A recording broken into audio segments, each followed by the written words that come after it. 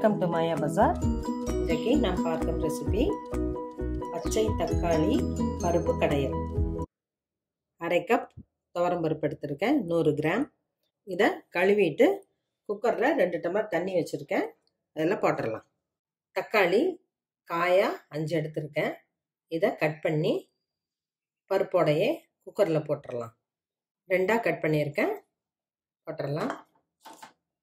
மஞ்சள் தூள் 1/4 டீஸ்பூன், நல்லெண்ணெய் 1 டீஸ்பூன், மூடி போட்டு வெயிட் போட்டுடலாம்.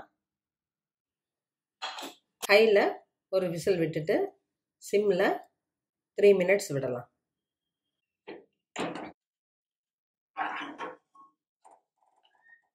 பருப்பு தக்காளி நல்லா வெந்துருச்சு. மண் சட்டி வச்சுருக்கேன், நல்லெண்ணெய் 3 டீஸ்பூன் ஊற்றிருக்கேன்.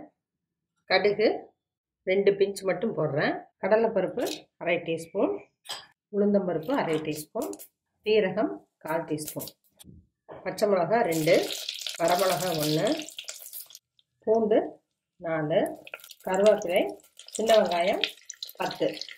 இதை நல்லா ஃப்ரை பண்ணிக்கலாம். இந்த கடையல் உளுந்து இட்லி, தோசை, ஆப்பம் எல்லாத்துக்குமே நல்லாயிருக்கும். தக்காளி புளிப்போட சாப்பிட்றப்ப ரொம்ப நல்லாயிருக்கும். குழந்தைங்களுக்கு வித்தியாசமாக இருக்கும். ஃப்ரை ஆயிடுச்சு. வெந்த பருப்பையும் தக்காளியும் ஊற்றிடலாம். கல்லுப்பு தேவையான அளவு. நல்லா ஒரு கொதி வந்தோன்னா கடைஞ்சிடுவோம். நல்லா கொதி வந்துடுச்சு, ஸ்டவ் ஆஃப் பண்ணிடலாம். மத்தை போட்டு கடைஞ்சிடலாம். ரொம்பவும் தண்ணியாக இருக்கக்கூடாது, ரொம்பவும் கெட்டியாக இருக்கக்கூடாது. ஆறுனா கொஞ்சம் கெட்டியாகும். அதுக்கு தகுந்த மாதிரி கன்சிஸ்டன்சி பார்த்துக்கணும். இந்த கெட்டி இருந்தால் போதும், தொட்டு சாப்பிட நல்லாயிருக்கும். 2 சிட்டிகை மிளகுத்தூள் போட்டு சர்வ் பண்ணலாம். பச்சை தக்காளி பருப்பு கடையல் ரெடி ஆயிடுச்சு. இது இட்லி, தோசை, சப்பாத்தி, சுடுசாதம் எல்லாத்துக்குமே டிஃப்ரெண்ட்டாக இருக்கும். குழந்தைங்களுக்கு வித்தியாசமாக இருக்கும். புளிப்பு சுவை பிடிக்கிற எல்லாத்துக்கும் இந்த டிஷ்ஷு ரொம்ப பிடிக்கும். செஞ்சு பாருங்கள், சாப்பிட்டு பாருங்கள்.